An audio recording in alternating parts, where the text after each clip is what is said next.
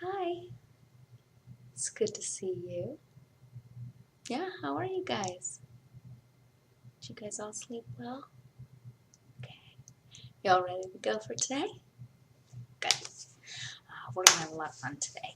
Um, just to tell you a little bit about me when I'm running workshops. As you probably can tell, I can talk. I can get off on tangents and talk for a while, but I really don't like lecturing, so I'm going to try not to do very much of that. And luckily, in this type of workshop, um, it actually calls for lots of activities and doing lots of things instead of me just lecturing. I am a kinesthetic learner, which means I learn by doing, and I think most of us are. So I think when I used to do corporate trainings as well, I always like to do activities. I think most of us have realized that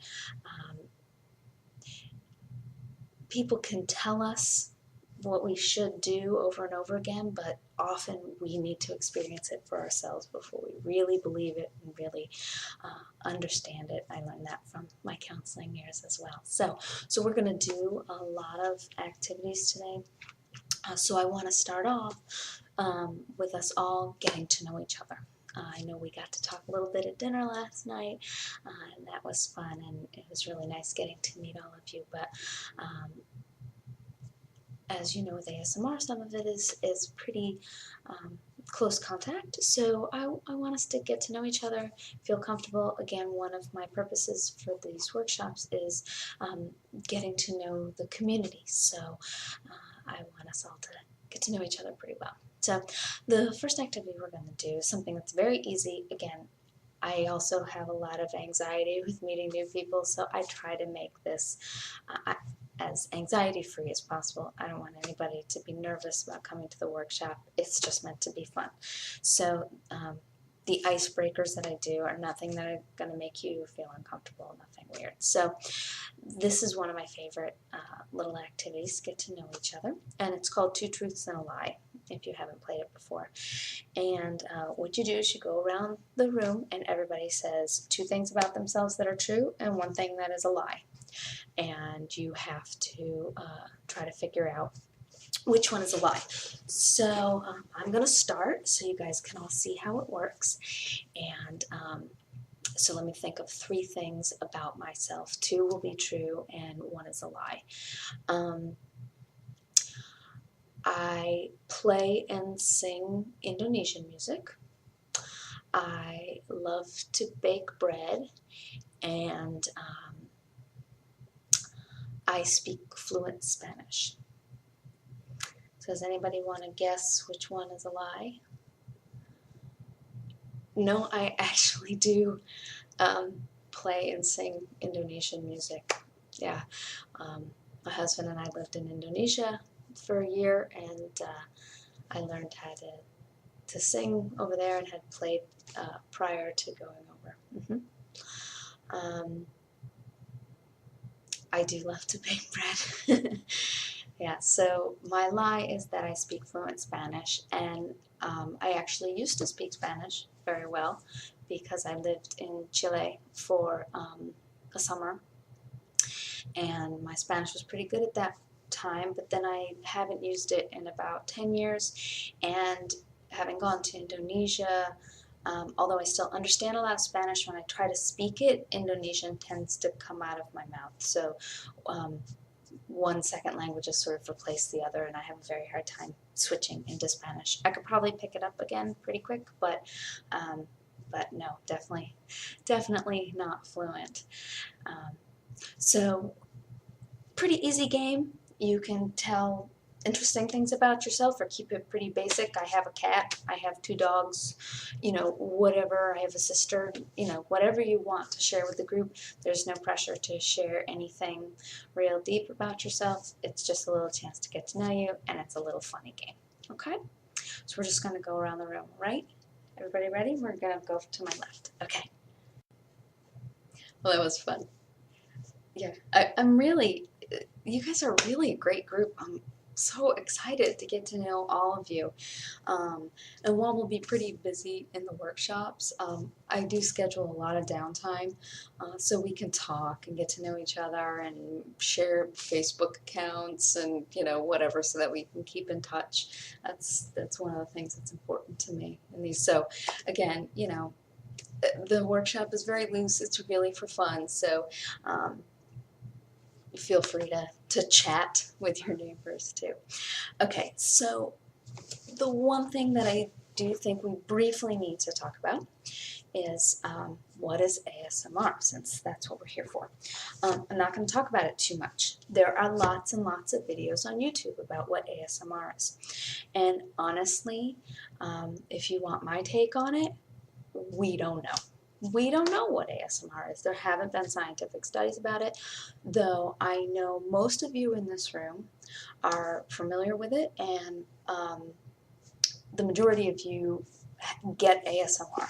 So we can go around the room and explain what our different reactions are, but basically for most people it's a tingling that usually starts in the back of the head. It may go down the back, it may go down the arms, it may really lead to a shiver. It's funny because that's how I would often explain it to myself, is if the reaction was strong enough that I shivered, oh, it was just a shiver, I was just cold, because my brain would try to make sense of what this feeling was, and I didn't know what it was, and no one seemed to experience it, no one seemed to talk about it, so,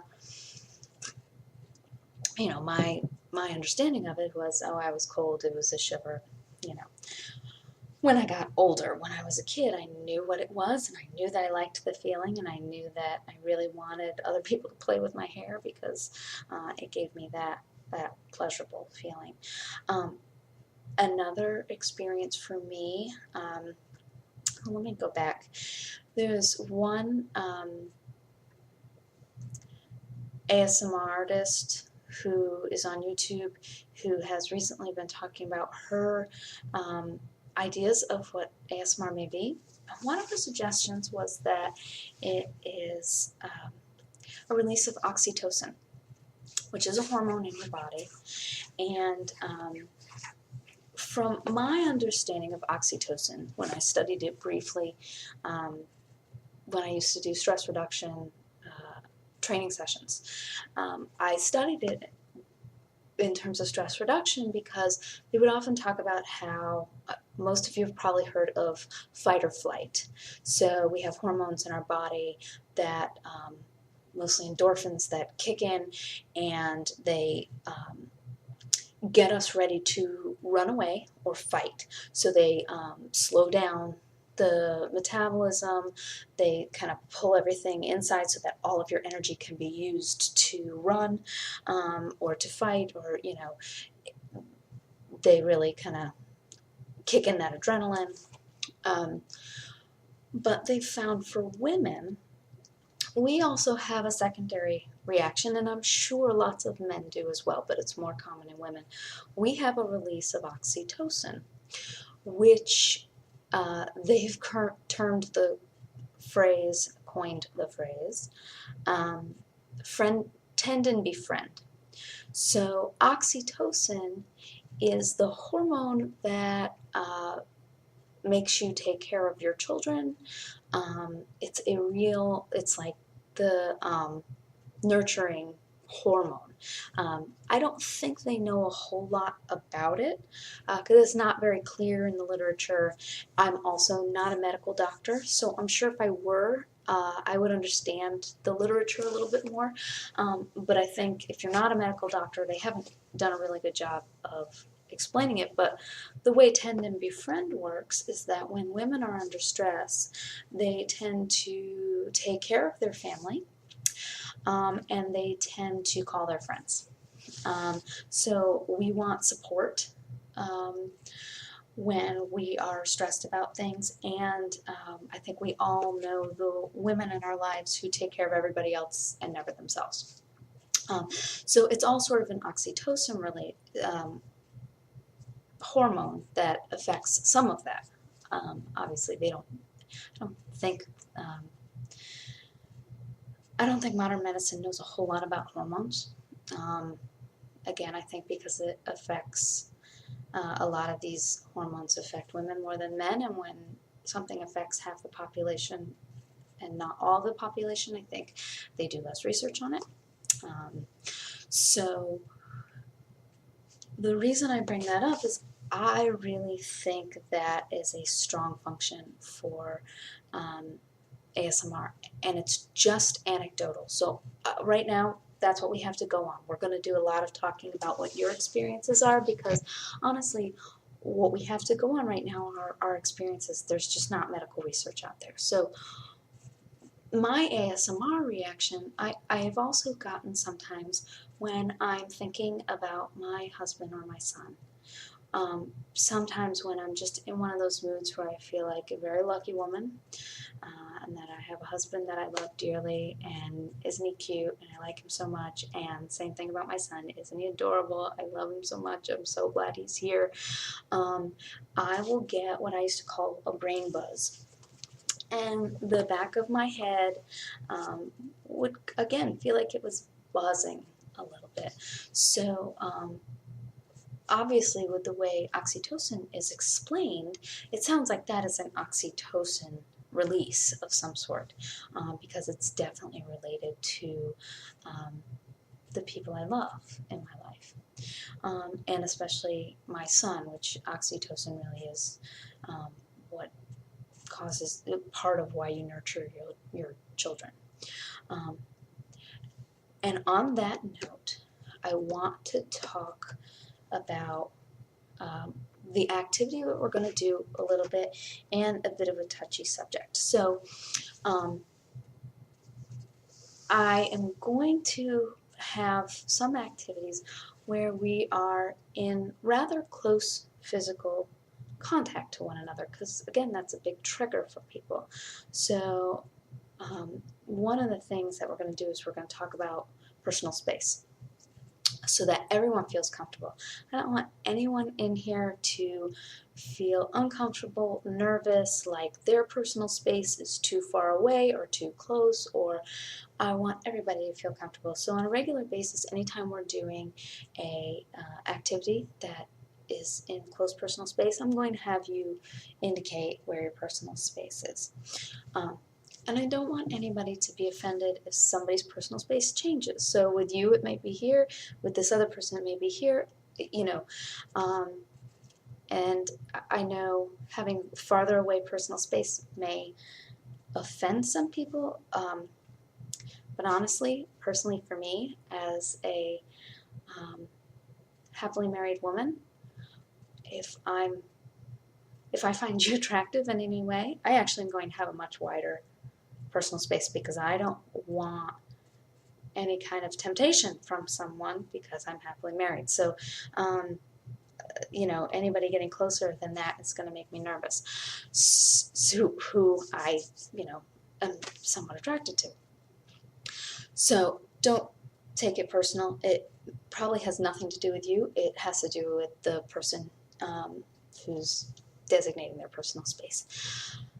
So I want to talk about a touchy subject in the ASMR community, and that is people stating that ASMR is sexual. And I think most of us who watch ASMR videos know it is not sexual, but I want to qualify that a bit. So I've been talking about oxytocin. For me, it kicks in with people that I love. Also, for me, I am triggered by close personal contact. And again, I don't want to offend anyone in the community, because obviously I don't think any of us that create these are creating them for sexual, you know, any kind of sexual relationship, or we're trying to cause a sexual reaction. But some of the things that we do with close personal contact are very similar to what we do when we're flirting. Again, I don't think of it in terms of sexual, but I think of it when you're flirting with somebody, and you're trying to get to know them better, you do tend to get closer to them. You do tend to speak quieter to them, some of the things that cause triggers. So I just want to put that out there. And again, if it's causing an oxytocin reaction for people, a lot of people who don't have a lot of other oxytocin relationships in their life may only consider that in a sexual relationship. So, I mean, obviously I get that reaction with my son. It's not sexual at all, but it's somebody I love. So again, if you don't have a lot of non-sexual love relationships that are very close like that, you may associate it with a sexual relationship if that's the main relationship where you've had those feelings. So I just want to put that out there because I think that's where we're getting into a lot of trouble, because we want to say, no, no, no, it's not sexual, there's not, and it's not. But I think we have to clarify what it is then. And I think it's this close personal contact that some people may only know in a sexual relationship, and it's not that. It's not a sexual relationship, but I think that's where people may be getting confused. And I think there are a lot of people out there who really don't have a lot of close personal relationships, and those feelings they may get when somebody is, even through a video, giving them some close personal contact, it may stir up some of those feelings. So I just want to put it out there. I hope it doesn't offend anybody, but I think we need to talk about it, and I think we need to talk about it in a way that's not very defensive, because I don't think it's going away. And again, I don't think we need to, change what we call ourselves. I think we just have to really start having conversations about it. So there's my 2 cents. You guys can feel free to come up. This is all a work in progress. ASMR is very new, so I think we will change the way we talk about it, the way we define things regularly. Okay, so now on to our activity. So we're going to go around the room and just count off 1, 2, 1, 2, okay? 1, 2, 1, 2, 1, 2, 1, 2, 1, 2, 1, okay? So ones turn to the 2 on your left. 2s turn to the 1 on your right. You guys are partners. I don't want anybody to feel uncomfortable having to choose partners. I'm assigning partners. They will change as we've been in the group longer. You may sit next to the person you want to be a partner. That's okay. But I don't ever want somebody to feel like they haven't been chosen as a partner. So I'm going to choose for everybody. Now this is where I'm going to have you turn to your partner, and I'm going to have you show them where your personal space is. Okay, so we're going to start. Okay. So for me, my personal space is really about here. If you get any closer than that, it makes me a little bit uncomfortable. So, okay. And probably like this close to my face, and closer than that will freak me out. What about for you? Okay. All right, I can keep that in mind. If at any point I get closer, it's uncomfortable for you. Most of us usually kind of giggle, so that's how I know if I'm too close to somebody. And I pay really close attention to the trigger. Hold on 1 second. That's actually a good point. Even though we're all saying where our personal space is, most of us will smile, turn away, and or giggle if somebody's too close to us. So really pay attention to those verbal and physical cues as well. Even though you may not think you're too close to somebody, if they're kind of shying away or they're giggling or laughing, you're probably too close. Okay? So now the activity is, I have these affirmation cards, so we're going to pass them around the room. I want everybody to take, why don't you take 6 of them, okay? And then pass them around. Okay. Everybody have them? And there's a short affirmation on one side, there's a longer affirmation on the other. Okay, so what we're going to start off with, we're going to test a few different things for triggers today. We're going to test close personal contact, which we've tested a bit before, but this is going to be face-to-face. So first we're going to start off with having the person, oh, how do I want to do this? No, I'm going to have eyes open first because I think it makes people, no, let me switch that. I'm going to have people close their eyes first unless it makes people really uncomfortable. And do keep track of that personal space. You don't want to get too close to somebody, especially with their eyes closed. That may freak them out. So, but I think it's a little bit more comfortable to not have to look somebody in the eye the first round. So I'm going to have everybody close their eyes. I'm going to have all of the ones close their eyes, and the twos are going to read. And what we're going to do is we're going to start off soft-spoken. So I want you to stay about a foot away from the person, and I want you to read the front and the back of the card. And then I want you to pick up another card, and I want you to move off to one side and read the short affirmation, and then move off to the other side and read the longer affirmation, all soft-spoken. And then I want you to turn to the next card, and I want you to whisper the card, both sides, about a foot away. I think when you're to somebody's side, you can get a little bit closer, but again, pay attention to what they said was their personal comfort zone. And then you're going to whisper one side with the short part of the card and whisper the other side. This test is to see if you're triggered by soft-spoken or whispers, and also if you're triggered by audio only. Personally, I listen to a lot of ASMR videos and don't watch them. That's one of the things, even after an ASMR video is not giving me any triggers, I find them very, very relaxing. So I listen to a lot of ASMR videos while I'm working on my computer. Depending on what I'm doing, I listen to them a lot, not necessarily for the ASMR, but for the relaxation aspect of it. And again, it's one of the reasons why I think it's a really strong stress reduction tool, because you want to make sure you're not just constantly chasing that ASMR. It's a wonderful feeling, but it's not always relaxing if you're just chasing that feeling. So you really want to sink into the relaxation aspect of these videos as well.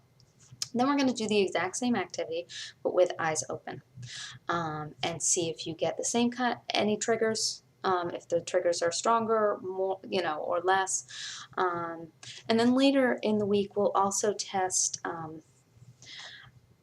I realize that some of the ASMR videos I listen to, I may be triggered from them audio only, but it's because in my head I can see the person and I can see the way they speak. So that's why I'm going to do the closed eyes first, so you don't have a reference as to what the person really, you know what we look like, but it's not as strong in your mind. So we'll see if it's audio only or if it's really remembering, what that person looks like. So are you ready? Okay, so everybody turn to your partner. Okay, are you ready? All right. So I'm going to start off soft-spoken. You want to close your eyes? Okay. All right, you ready? I see clearly. I willingly forgive. I breathe love into my vision, and I see with compassion and understanding. My clear insight is reflected in my outer sight. I open new doors to life. I rejoice in what I have, and I know that fresh new experiences are always ahead. I greet the new with open arms. I trust life to be wonderful. Okay, now I'm going to whisper. My work is deeply fulfilling. Today I give my best to that which I do, knowing that when one experience is complete, I am led to even more fulfilling and rewarding experiences.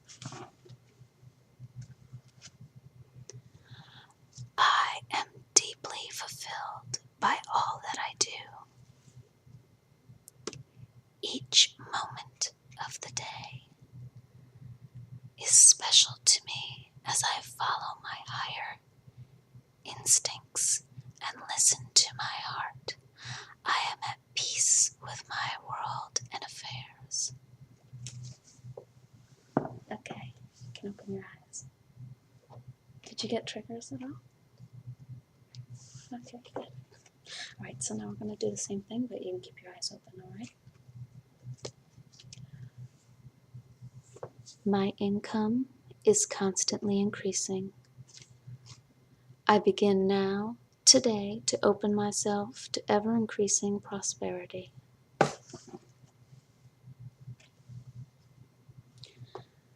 I am willing to let go. I release others to experience whatever is meaningful to them, and I am free to create that which is meaningful to me. Now in whisper. I am in the process of positive change. I am unfolding in fulfilling ways. Only good can come to me. I now express health, happiness, prosperity, and peace of mind. I experience love wherever I go. Love is everywhere. I am loving and lovable. Loving people fill my life, and I find myself easily expressing love to others. Do you notice if you feel triggers more, the soft-spoken whisper? You experience it with both. That's great.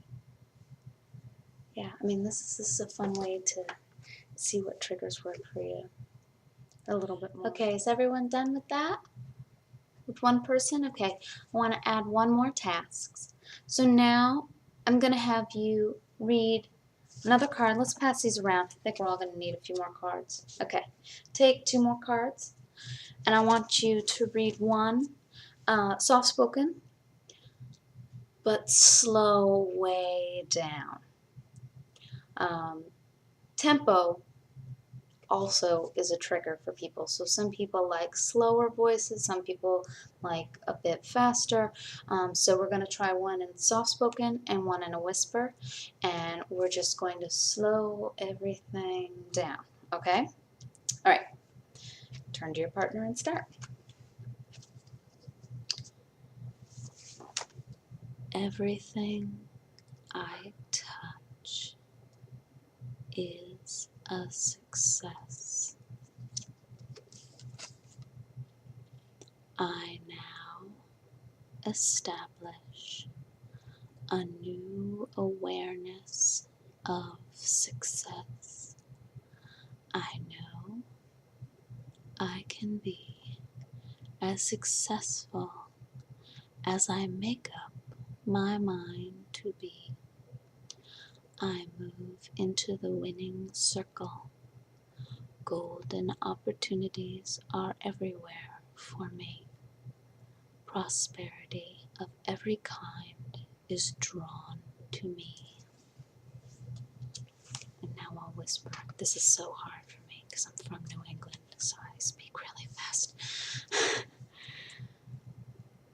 I turn every experience into an opportunity.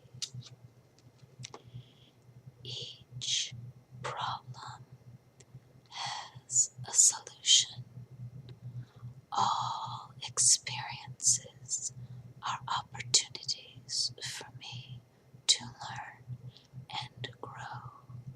I am safe. How was that for you?